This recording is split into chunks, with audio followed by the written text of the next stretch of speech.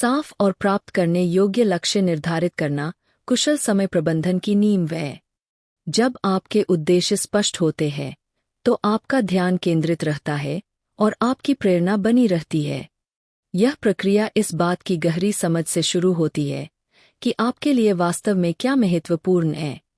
अपने प्राथमिकताओं पर विचार करने के लिए समय निकालें और उन आवश्यक कार्यों की पहचान करें जो आपके ध्यान की मांग करते हैं। यह सिर्फ लक्ष्य रखने की बात नहीं है, बल्कि उन्हें इस तरह से बनाना जरूरी है कि वे आपके रोजमर्रा के कार्यों को प्रभावी ढंग से मार्गदर्शित कर सकें। एक स्पष्टता जरूरी है। एक अस्पष्ट लक्ष्य प्राप्त करना कठिन होता है क्योंकि उसमें कोई निश्चित दिशा नहीं होती। इसलिए अपने लक्ष्यों को जितना संभव हो सके उतना स्पष्ट बनाएं। उदाहरण के लिए, अगर आपका लक्ष्य बिक्री बढ़ाना है तो केवल बिक्री सुधारना कहने की बजाय इसे अधिक सटीक बनाएं। जैसे अगले तिमाही में बिक्री को 10% तक बढ़ाना। 3 नए शहरों में लक्षित मार्केटिंग रणनीतियां लागू करके इस स्पष्टता में यह शामिल होगा कि क्या हासिल करना है, कितनी प्रगति चाहिए और इसे पूरा करने की समय सीमा क्या होगी। 2. लक्ष्य मापने योग्य होने चाहिए।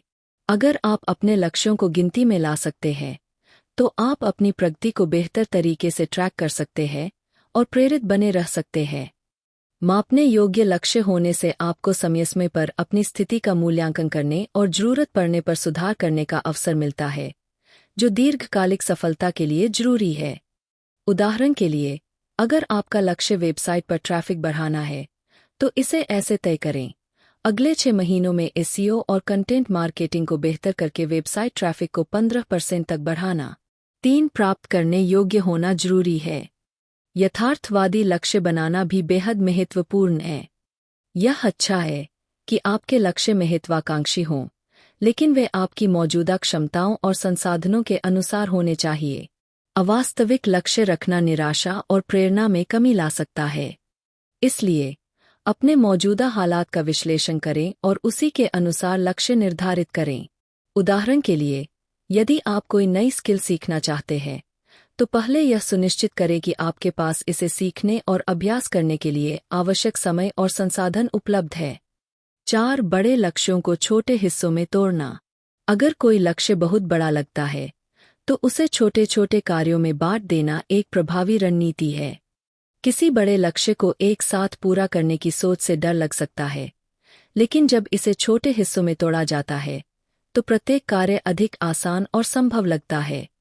उदाहरण के लिए, यदि आपका लक्ष्य एक किताब लिखना है तो पहले अध्यायों की रूपरेखा बनाएं और फिर एक एक अध्याय पर ध्यान केंद्रित करें।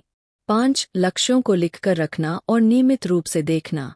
अपने लक्ष्यों को लिखकर रखना और उन्हें समय पर दोहराना आपकी प्रतिबद्धता को मजबूत करता है और आपको अपनी प्रगति का विश्लेषण करने में मदद करता है। यह प्रक्रिया न केवल आपके लक्ष्यों को आपके ध्यान में बनाए रखती है, बल्कि यह भी दिखाती है कि कौन से प्रयास कारगर है और कहाँ सुधार की जरूरत है। जब आप छोटे छोटे मील के पत्थर हासिल करते हैं तो यह दस्तावेज आपको प्रेरित करेगा, यह दर्शाते हुए कि आपने कितनी प्रगति की है और आगे क्या करना बाकी है। इन सिद्धांतों का पालन करके आप अपने समय का प्रभावी ढंग से प्रबंधन कर सकते हैं और अपने लक्ष्यों की दिशा में ठोस प्रगति कर सकते हैं।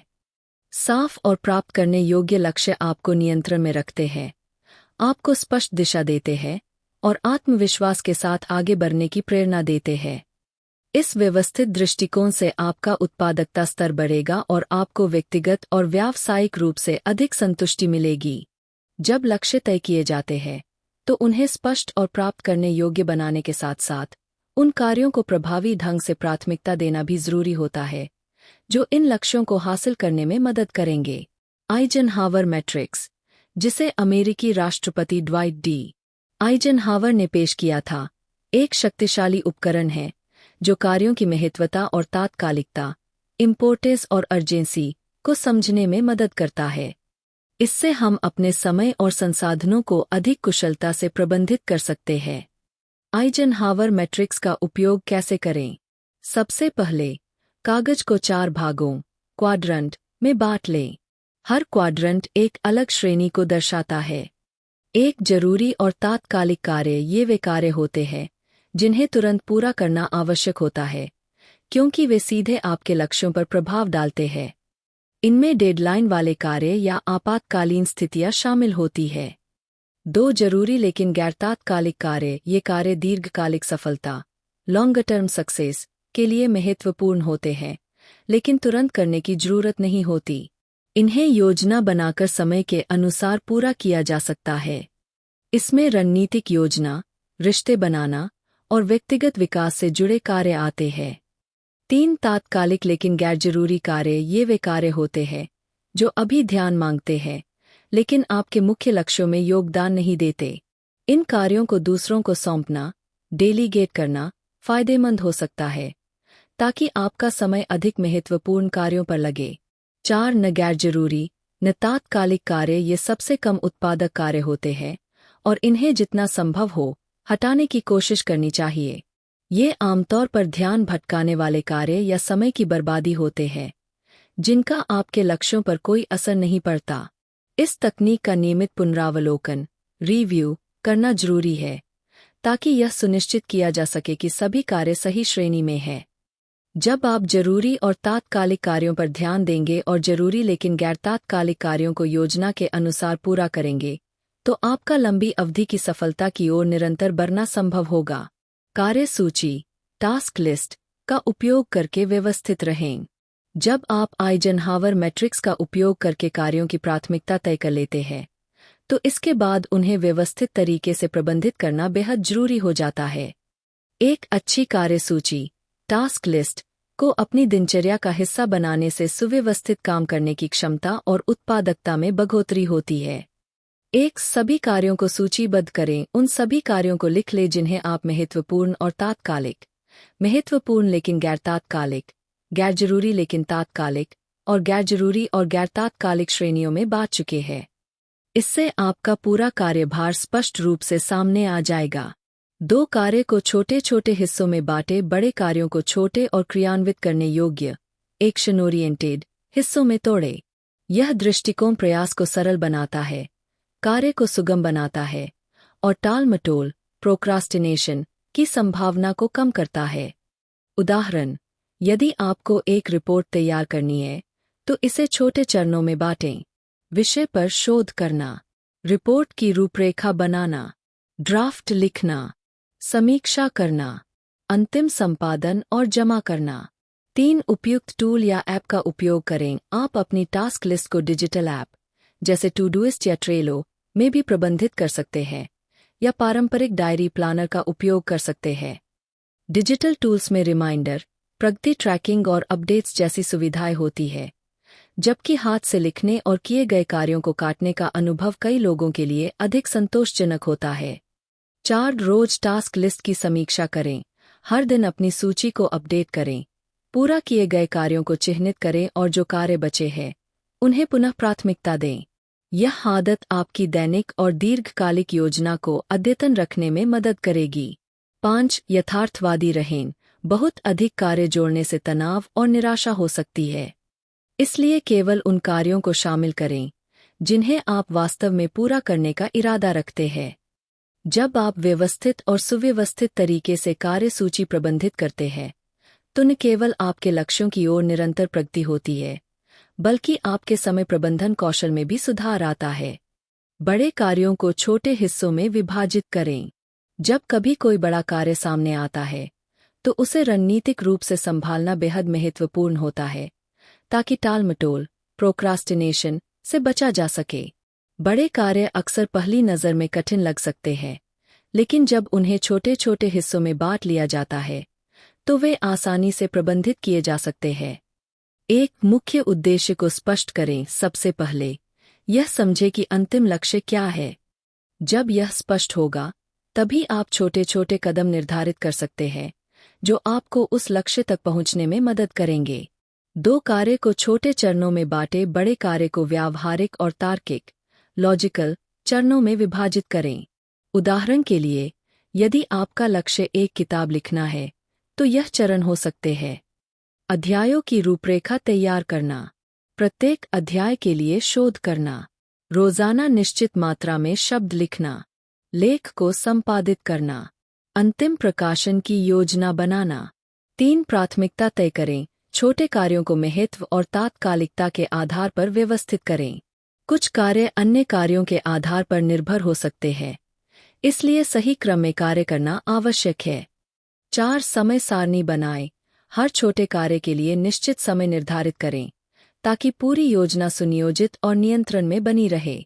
यदि आप समय सीमा, डेडलाइन, पहले से तय कर लेंगे, तो आखिरी समय की हड़बड़ाहट और तनाव से बच सकते हैं।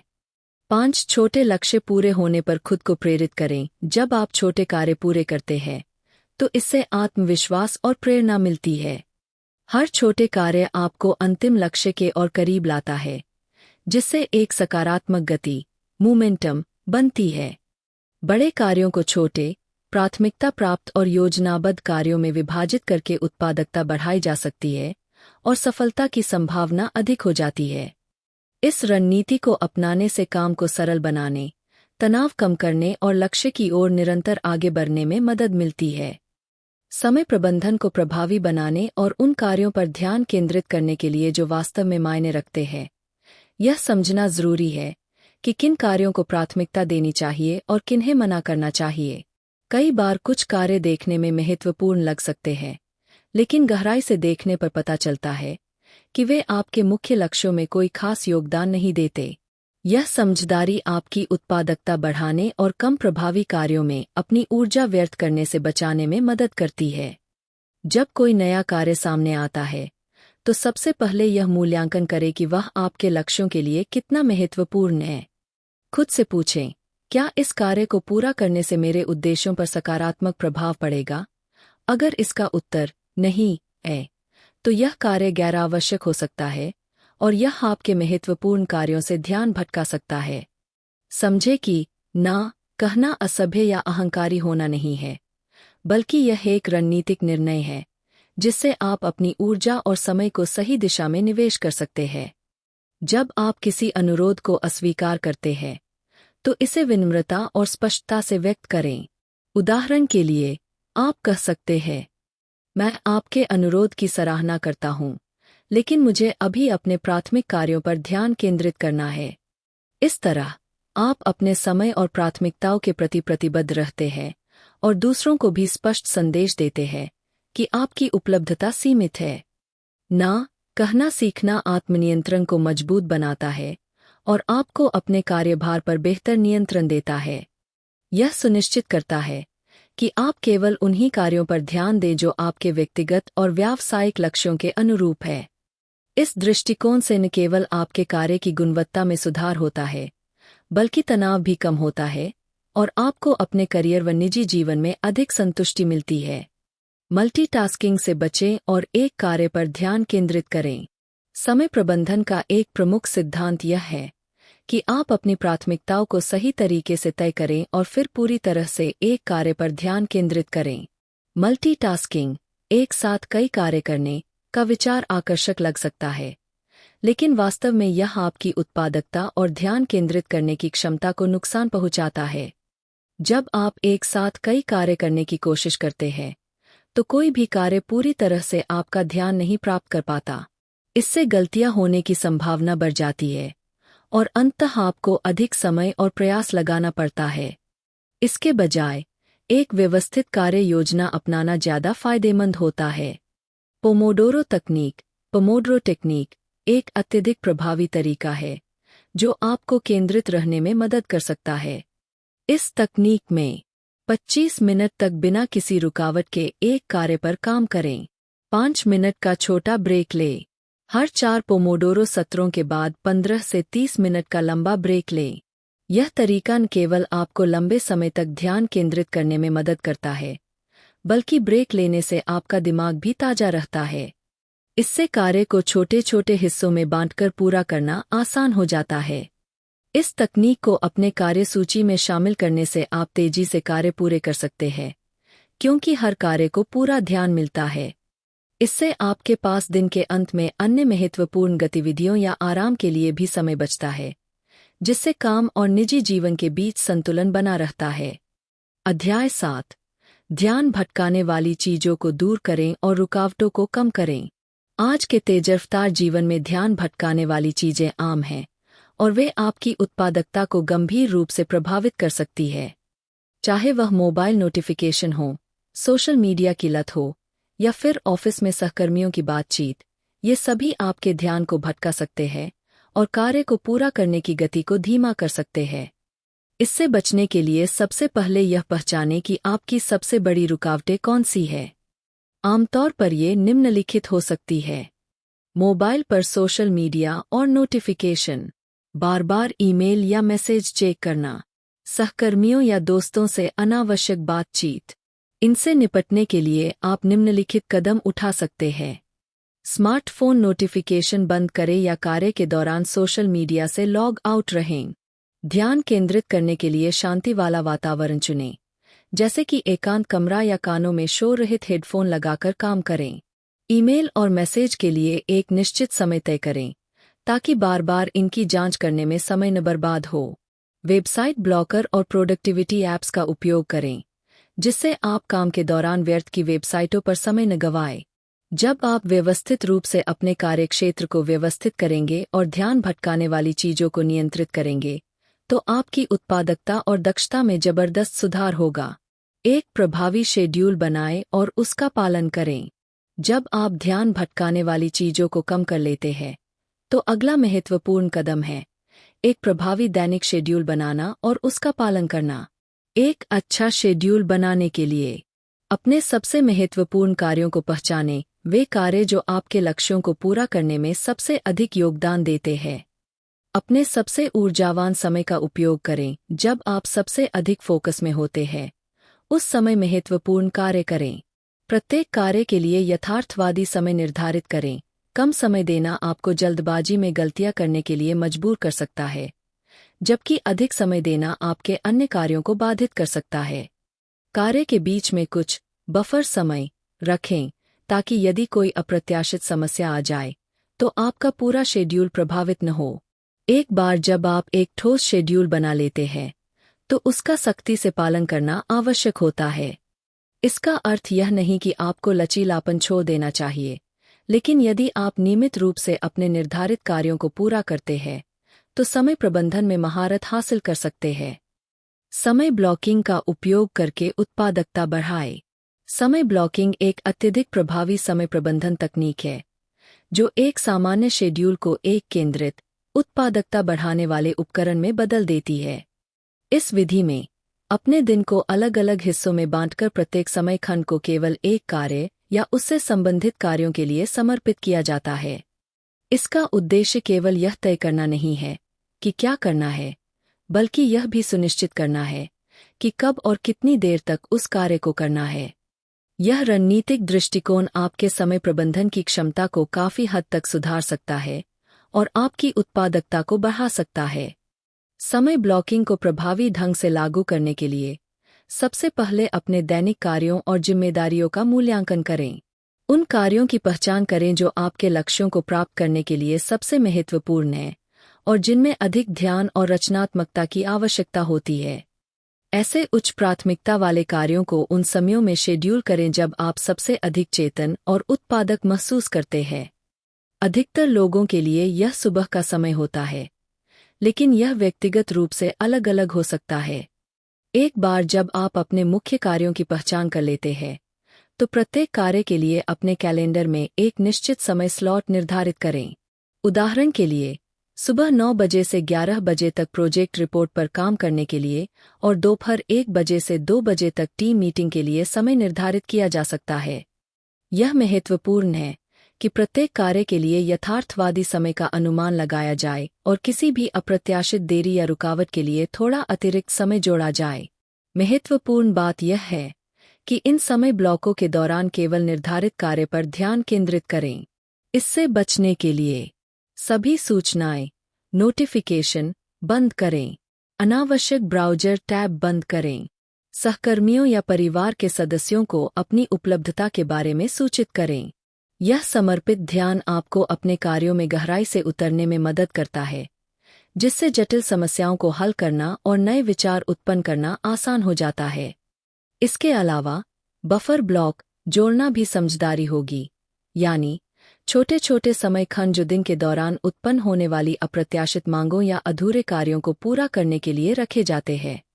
यह समय ब्लॉकिंग को लचीला बनाता है और आपको सुचारू रूप से एक कार्य से दूसरे कार्य में स्थानांतरित होने में मदद करता है। अपने समय ब्लॉकिंग शेड्यूल की नियमित समीक्षा करें। क्या आप निर्धारित समय के भीतर अपने कार्य पूरे कर पा रहे हैं? क्या कोई समय ऐसा है जब आप अधिक उत्पादक महसूस करते हैं? इन अवलोकनों के आधार पर अपने शेड्यूल में बदलाव करें, जिससे आपकी उत्पादकता को और अधिक सुधारा जा सके। समय ब्लॉकिंग को अपनाने से आप केवल अपने कार्यों को व्यवस्थित नहीं कर रहे होते, बल्कि अपने लिए एक स्पष्ट और केंद्रित कार्य योजना बना रहे होते हैं, जो आपको बेहतर उपलब्धियों और अपने काम करने के तरीके को समझने में मदद करती है। आज के तेज-तर्रार कामकाजी माहौल में बिना रुके लगातार काम करना आकर्षक लग सकता है, विशेष रूप से जब समय सीमा नज़दीक हो और दबाव बढ़ता जा रहा हो। हालांकि लगातार काम करते रहने से तनाव, स्ट्रेस बढ़ सकता है और मानसिक, भावनात्मक और शारीरिक रूप से थकावट, बर्नआउट हो सकती है। इससे बचने के लिए नियमित ब्रेक लेना केवल एक सुझाव नहीं, बल्कि आवश्यक है। ब्रेक आपकी ऊर्जा और ध्यान प्रबंधन का एक रणनीतिक उपकरण है। ये आपके दिमाग को गहन ध्यान देने वाले कार्यों के बाद आराम देने का मौका देते हैं। यह बेहद जरूरी है, क्योंकि मानव मस्तिष्क को लंबे समय तक उच्च स्तर की एकाग्रता बनाए रखने के लिए डिजाइन नहीं किया गया है। शोध बताते हैं कि थोड़े समय के लिए ध्यान हटाना आपकी उत्पादकता को काफी हद तक बढ़ा सकता है। इसीलिए हर घंटे 10 से 15 मिनट का ब्रेक लेना न सिर्फ एक सहूलियत है, बल्कि एक जरूरत भी है। ब्रेक के दौरान ऐसी गतिविधियां करें जो आपके कार्य से अलग हों। शारीरिक गतिविधियां करें। हल्की स्ट्रेचिंग या थोड़ी देर टहलना रक्त संचार को बढ़ाता है, जिससे ऊर्जा का स्तर बना रहता है। पानी पिए और हल्का भोजन करें। हाइड्रेशन और सही पोषण मस्तिष्क के कार्यों और समग्र स्वास्थ्य को बेहतर बनाता है। थोड़ी सामाजिक बातचीत करें। किसी सहकर्मी से हल्की फुल्की बातचीत आपको रिलैक्स कर सकती है और नई सोच को जन्म दे सकती है। ध्यान, मेडिटेशन या गहरी सांस लेने की तकनीक अपनाएं यदि आप अपने दिमाग को शांत करना चाहते हैं और तनाव को कम करना चाहते हैं, तो यह एक शानदार तरीका है। ब्रेक लेना भी एक अनुशासन और जानबूझकर किया गया अभ्यास होना चाहिए। यदि आप डिजिटल कैलेंडर का उपयोग कर रहे हैं, तो ब्रेक के लिए रिमाइंडर सेट करें। यह सुनिश्चित करेगा कि आप व्यस्त दिन में भी अपने ब्रेक लेना न भूलें। यह आदत दिखाती है कि आप केवल काम करने की मात्रा, क्वांटिटी पर नहीं, बल्कि गुणवत्ता, क्वालिटी और स्थिरता, सस्टेनेबिलिटी पर भी ध्यान दे रहे हैं। ब्रेक लेने से थकान कम होती है, प्रेरणा बनी रहती है, उत्पादकता लंबे समय तक बनाए रखी जा सकती है। याद रखें, लक्ष्य सिर्फ कड़ी मेहनत नहीं है, बल्कि स्मार्ट वर्क करना है। नियमित ब्रेक लेकर आप अपने कार्य करने के तरीके को अधिक प्रभावी और दीर्घकालिक सफलता की ओर केंद्रित कर सकते हैं। कामों को सौंपना सीखें और अपनी उत्पादकता बढ़ाएं। अपनी उत्पादकता और टीम की कार्यक्षमता को बेहतर बनाने के लिए कार्यों को प्रभावी ढंग से सौंपना सीखना जरूरी है। कार्य सौंपने की कला में निपुणता हासिल करना अत्यंत आवश्यक है। कार्य सौंपने का मतलब केवल काम को आगे बढ़ाना नहीं है, बल्कि इसे समझदारी से इस तरह बांटना है कि टीम के सदस्यों की ताकत का सही उपयोग हो सके और उनकी कमजोरियों को भी संबोधित किया जा सके। कार्य सौंपने की प्रक्रिया। इस प्रक्रिया की शुरुआत यह पहचानने से होती है कि कौन कौन से कार्य दूसरों को दिए जा सकते हैं। इसका यह अर्थ बिल्कुल नहीं है कि आप अपनी जिम्मेदारियों से बच रहे हैं, बल्कि आप अपने ध्यान केंद्रित करने वाले कार्यों को प्राथमिकता दे रहे हैं। इससे आपका कार्यभार संतुलित रहता है और आप महत्वपूर्ण कार्यों पर अधिक ध्यान दे पाते हैं।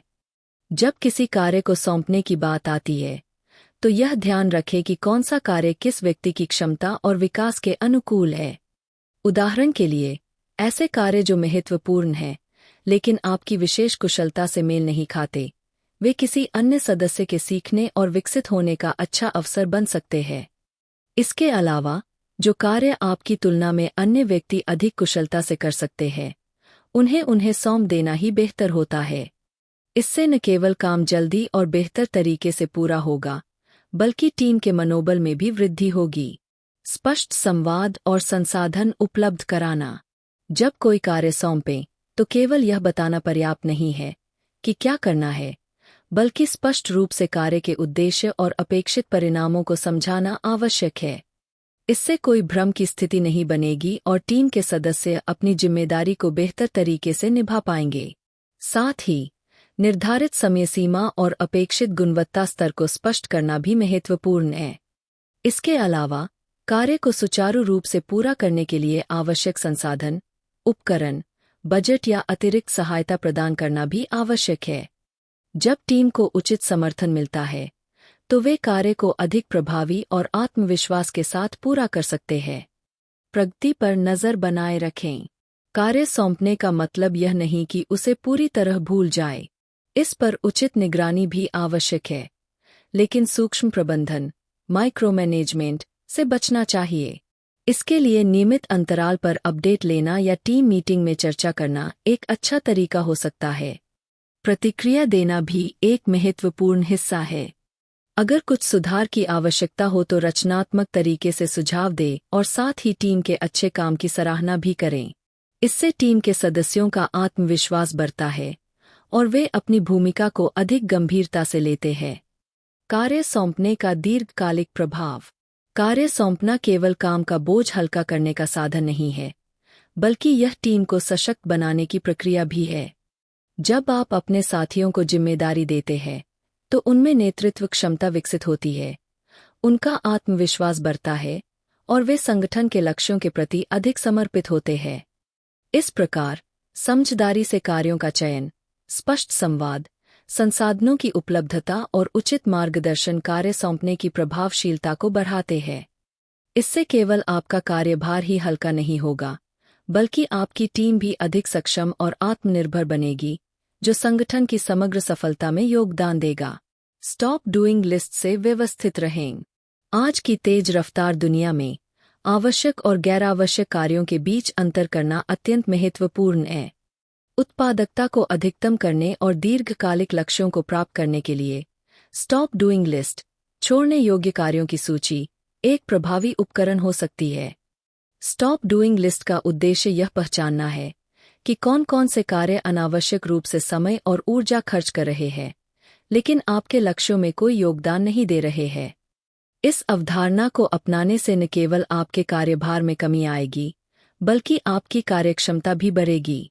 कैसे बनाएं स्टॉप डूइंग लिस्ट?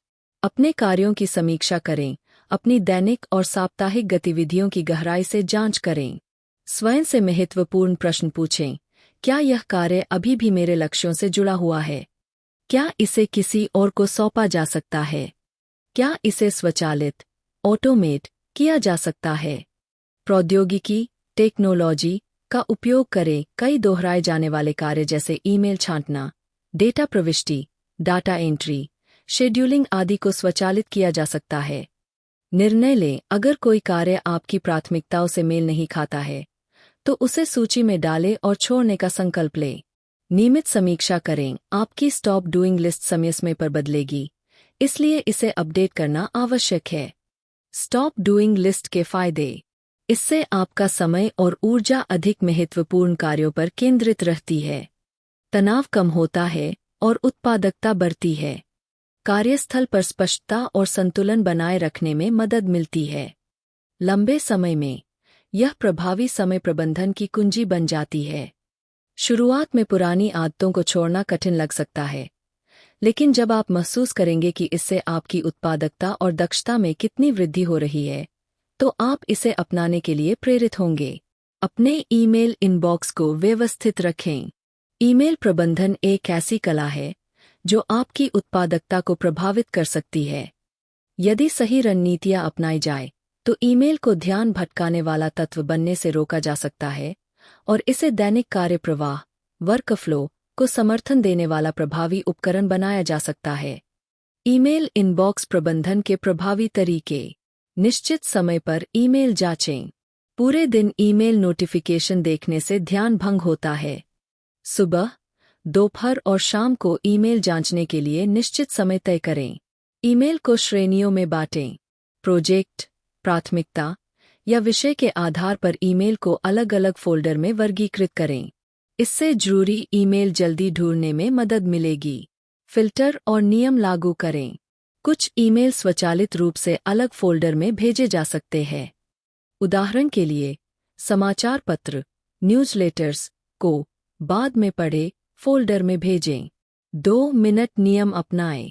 यदि किसी ईमेल का उत्तर 2 मिनट से कम समय में दिया जा सकता है, तो उसे तुरंत निपटा दें। इससे इनबॉक्स में अनावश्यक ईमेल जमा नहीं होंगे। बेकार ईमेल से अनसब्सक्राइब करें। जो न्यूज़लेटर्स और प्रमोशनल ईमेल अब उपयोगी नहीं हैं, उनसे अनसब्सक्राइब कर लें। ईमेल प्रबंधन के फायदे। ध्यान भंग नहीं होता और प्राथमिकताओं पर ध्यान केंद्रित किया जा सकता है। समय की बचत होती है और कार्य अधिक व्यवस्थित रूप से पूरे होते हैं। तनाव कम होता है और काम करने में सहजता आती है। ईमेल प्रबंधन को सुव्यवस्थित करने से न केवल आपका कार्यक्षेत्र व्यवस्थित रहेगा, बल्कि मानसिक शांति भी बनी रहेगी। सोशल मीडिया और ऑनलाइन विलंब को सीमित करें। सोशल मीडिया और ऑनलाइन ब्राउजिंग के लिए सीमाएं तय करना बेहद जरूरी है, ताकि उत्पादकता बढ़ाई जा सके और टालमटोल से बचा जा सके। सबसे पहले, यह जरूरी है कि आप निगरानी करें कि आप रोजाना इन गतिविधियों पर कितना समय खर्च कर रहे हैं। अक्सर लोग अपनी स्क्रीन टाइम को कम आंकते हैं, इसलिए ऐसी ऐप्स का उपयोग करना जो आपकी ऑनलाइन आदतों को ट्रैक करें, आपको असली तस्वीर दिखा सकता है। एक बार जब आपको यह समझ आ जाए कि आप सोशल मीडिया और ब्राउजिंग में कितना समय बर्बाद कर रहे हैं, तो आपको यह पहचानना होगा कि दिन के कौन से समय में आपको सबसे ज़्यादा ऑनलाइन ध्यान भटकता है। इस जानकारी का उपयोग करके आप एक संरचित डेली शेड्यूल बना सकते हैं, जिसमें सोशल मीडिया और इंटरनेट ब्राउजिंग के लिए विशेष समय निर्धारित हो। इस तरीके से आपका दिन उत्पादकता और मनोरंजन के हिसाब से विभाजित होगा, जिससे सोशल मीडिया की लत आपके काम को प्रभावित नहीं करेगी। उदाहरण के लिए, लंच के बाद या दिन खत्म होने से पहले थोड़ा समय ऑनलाइन गतिविधियों के लिए निर्धारित करें, क्योंकि ये आमतौर पर कम उत्पादक समय होते हैं। अपनी सीमाएं मजबूत करने के लिए अपने डिजिटल वर्कस्पेस में बदलाव करें। अपने फ़ोन की होम स्क्रीन से सोशल मीडिया ऐप्स हटा दें ताकि बार बार नोटिफिकेशन चेक करने की आदत कम हो जाए। इसकी बजाय इन ऐप्स को किसी कम पहुंच वाले फ़ोल्डर में रखें। इसके अलावा काम के दौरान वेबसाइट ब्लॉकर का उपयोग करें, जिससे आप डिस्ट्रैक्शन वाली वेबसाइट्स को एक्सेस न कर सकें। इसके अतिरिक्त अपने रूटीन में डिजिटल स्क्रीन से नियमित ब्रेक लेना शामिल करें। थोड़ी देर टहलना, किताब पढ़ना या माइंडफुलनेस एक्सरसाइज करना आपके दिमाग को तरोताजा कर सकता है। ये ब्रेक केवल विश्राम के लिए नहीं होते, बल्कि उत्पादकता बढ़ाने में मददगार होते हैं, जिससे आप अपने काम में ज़्यादा ध्यान केंद्रित कर पाते हैं। अपनी प्राथमिकताओं और लक्ष्यों को याद दिलाने के लिए अपने फ़ोन या कंप्यूटर में रिमाइंडर सेट करें, ताकि ब्राउजिंग शुरू और खत्म करने का समय तय रहे।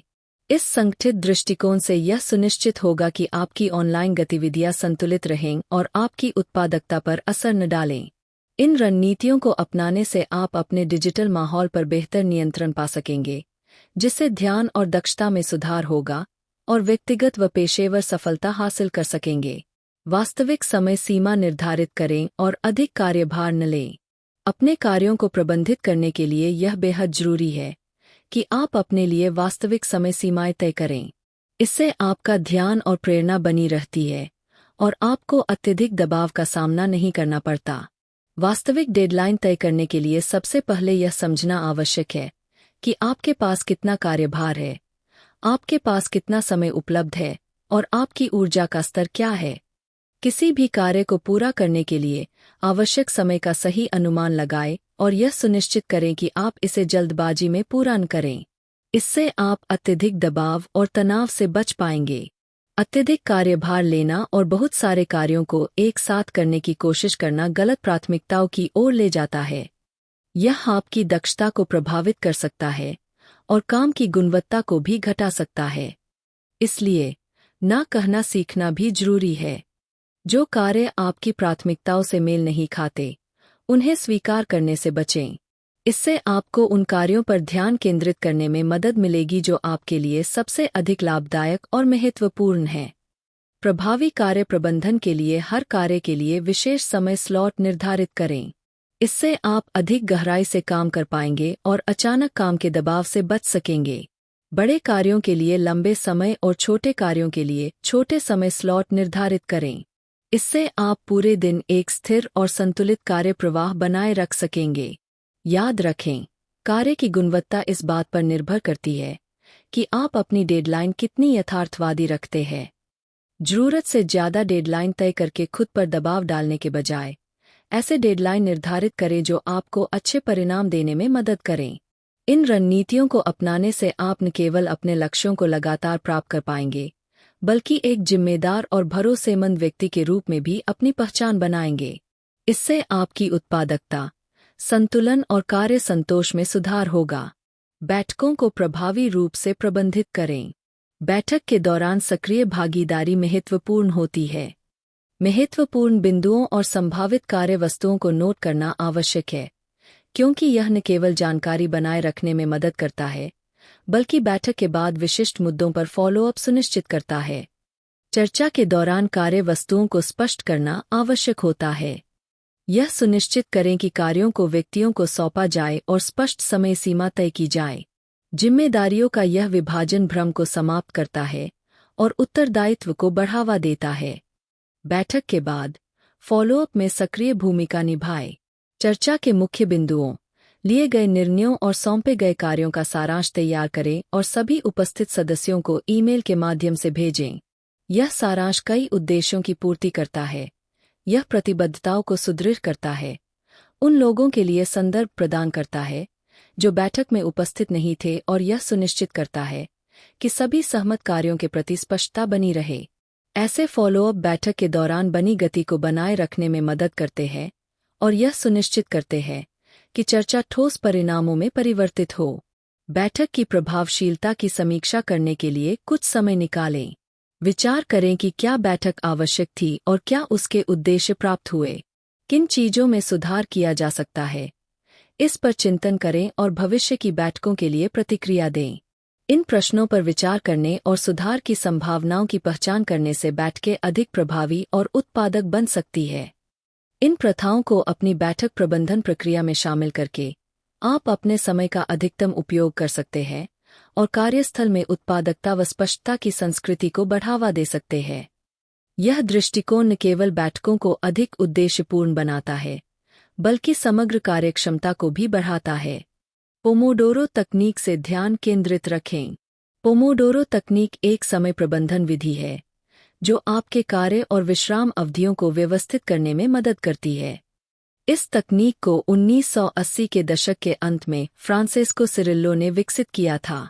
यह विधि व्यक्ति को समय के साथ तालमेल बिठाने में मदद करती है, जिससे ध्यान केंद्रित करने की क्षमता और मानसिक सतर्कता बढ़ती है तथा थकान कम होती है। पोमोडोरो तकनीक में कार्य की मूल इकाई 25 मिनट का केंद्रित समय होता है, जिसे पोमोडोरो कहा जाता है। यह नाम टमाटर के आकार वाले किचन टाइमर से प्रेरित है, जिसका उपयोग सिरिल्लो ने एक विश्वविद्यालय छात्र के रूप में किया था। इस तकनीक को लागू करने के लिए सबसे पहले उस कार्य की पहचान करें जिसे पूरा करना है। इसके बाद 25 मिनट के लिए टाइमर सेट करें और बिना किसी रुकावट के केवल उस कार्य पर ध्यान केंद्रित करें। इसका मतलब है कि ईमेल, सोशल मीडिया या गैर जरूरी फ़ोन कॉल देखने से बचना होगा। लक्ष्य यह है कि आप उत्पादकता और ध्यान बनाए रखने की एक लय विकसित करें। प्रत्येक पोमोडोरो के बाद लगभग 5 मिनट का छोटा ब्रेक लें। ये अंतराल महत्वपूर्ण होते हैं क्योंकि वे आपके मस्तिष्क को आराम करने, पुनर्जीवित होने और रीसेट करने का अवसर देते हैं, जिससे लंबे समय तक ध्यान केंद्रित करना आसान हो जाता है। इन ब्रेक के दौरान किसी कार्य से संबंधित कोई गतिविधि न करें। इसके बजाय शरीर को थोड़ा स्ट्रेच करें, टहलें या आंखें बंद करके विश्राम करें। 4 लगातार पोमोडोरो पूरे होने के बाद 15 से 30 मिनट का लंबा विश्राम लेने की सिफारिश की जाती है। यह विस्तारित विश्राम आपके मस्तिष्क को गहराई से पुनर्जीवित करने में मदद करता है और जलने, बर्नआउट से बचाता है। इस दौरान पूरी तरह से काम से अलग रहना आवश्यक होता है ताकि आप अपनी कार्यक्षमता को पूरे दिन उच्च स्तर पर बनाए रख सकें। इस दौरान आरामदायक गतिविधियां कर सकते हैं, जैसे हल्का नाश्ता करना या दोस्तों से थोड़ी बातचीत करना, जिससे मन को तरोताजा किया जा सके। पोमोडोरो तकनीक का उपयोग न केवल समय प्रबंधन को प्रभावी बनाता है, बल्कि ध्यान और एकाग्रता को भी बढ़ाता है। यह आपको छोटे छोटे केंद्रित समय अंतराल में काम करने के लिए प्रशिक्षित करता है, जिससे बड़े और कठिन कार्य भी छोटे और प्रबंधनीय लगने लगते हैं। जब आप कार्य और विश्राम के चक्रों को अपनाने लगते हैं, तो कार्य प्रदर्शन और समय सीमा को लेकर चिंता कम होने लगती है, क्योंकि यह प्रक्रिया बड़े कार्यों को आसान बना देती है। पोमोडोरो तकनीक केवल एक उत्पादकता उपकरण नहीं है, बल्कि अनुशासन की एक विधि है जो मानसिक संसाधनों को प्रभावी रूप से केंद्रित करने में सहायता करती है। जब आप लगातार अपने ध्यान केंद्रित करने की क्षमता को सुधारते हैं, तो आपका कार्य गुणवत्ता और उत्पादन स्तर बढ़ता है। अंततः इस तकनीक का पालन करने से आप अपने लक्ष्यों को अधिक सहजता और दक्षता के साथ प्राप्त कर सकते हैं। समय प्रबंधन रणनीति की नियमित समीक्षा और समायोजन करें। अपने समय प्रबंधन की रणनीति की नियमित समीक्षा करना उत्पादकता को अनुकूलित करने और सुधार के क्षेत्रों की पहचान करने के लिए आवश्यक है। यदि आप साप्ताहिक, मासिक या त्रैमासिक सत्रों के लिए विशेष रूप से समय निर्धारित करते हैं, तो यह आपके प्रदर्शन का मूल्यांकन करने और अपनी दक्षता को बढ़ाने का अवसर प्रदान करता है। इन समीक्षा सत्रों के दौरान सबसे पहले यह आकलन करें कि आपकी समय प्रबंधन रणनीति के कौन से पहलू प्रभावी रूप से कार्य कर रहे हैं। उन रणनीतियों को पहचानें जो आपकी सफलता में योगदान दे रही है, चाहे वह सुव्यवस्थित कार्यसूची बनाए रखना हो या कार्यों को प्रभावी ढंग से सौंपना।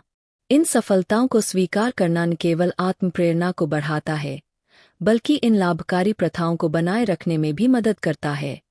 इसके समानांतर यह पहचानना भी आवश्यक है कि क्या काम नहीं कर रहा है।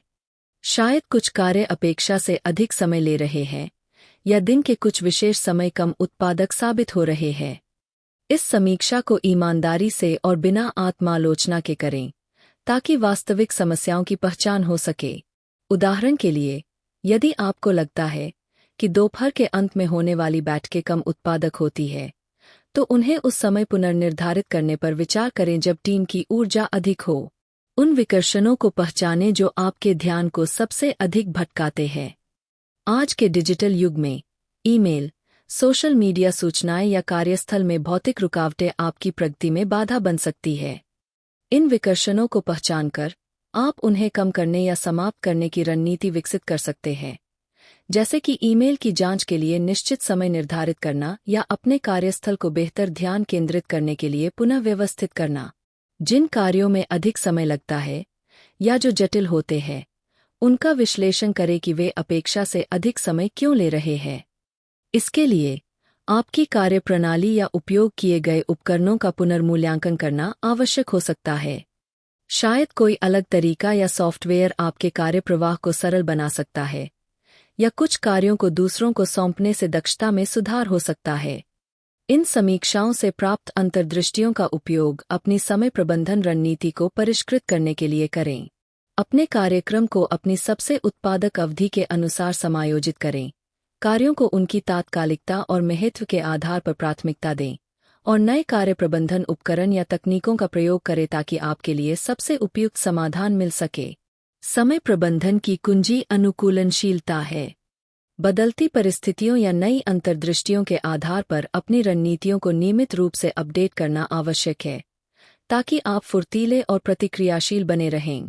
यह सतत मूल्यांकन, समायोजन और अनुप्रयोग का चक्र आपको न केवल अपने वर्तमान लक्ष्यों को अधिक कुशलता से प्राप्त करने में मदद करता है, बल्कि भविष्य की चुनौतियों और अवसरों के लिए भी तैयार करता है।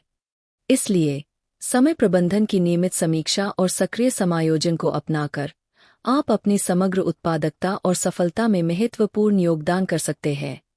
आपके पास अपने समय को कुशलतापूर्वक प्रबंधित करने के सभी उपकरण हैं। याद रखें, रोम एक दिन में नहीं बना था, लेकिन एक स्पष्ट योजना, प्राथमिकता प्राप्त कार्यों और लचीलेपन के संयोजन से आप अपने लक्ष्य प्राप्त करने की दिशा में मजबूत नींव रख सकते हैं। समय प्रबंधन की प्रभावी यात्रा शुरू करें। समय प्रबंधन की प्रभावी यात्रा की शुरुआत एक स्पष्ट और यथार्थवादी योजना बनाने से होती है। इसका अर्थ है यह समझना कि आप क्या प्राप्त करना चाहते हैं और इसे प्रबंधनीय कार्यों में विभाजित करना। स्पष्ट लक्ष्य स्थापित करने से दिशा और प्रेरणा मिलती है, जिससे समय का कुशलतापूर्वक उपयोग करना आसान हो जाता है। प्रत्येक कार्य को आपके अंतिम उद्देश्यों के अनुरूप होना चाहिए, ताकि यह सुनिश्चित हो सके कि आपके हर प्रयास का एक निश्चित उद्देश्य हो। कार्य प्राथमिकता देना उत्पादकता को अधिकतम करने के लिए महत्वपूर्ण है। सभी कार्य समान नहीं होते, कुछ अधिक तात्कालिक या प्रभावशाली होते हैं। यह सीखना कि किन कार्यों को तुरंत ध्यान देने की आवश्यकता है और किन्हें स्थगित किया जा सकता है, एक महत्वपूर्ण कौशल है।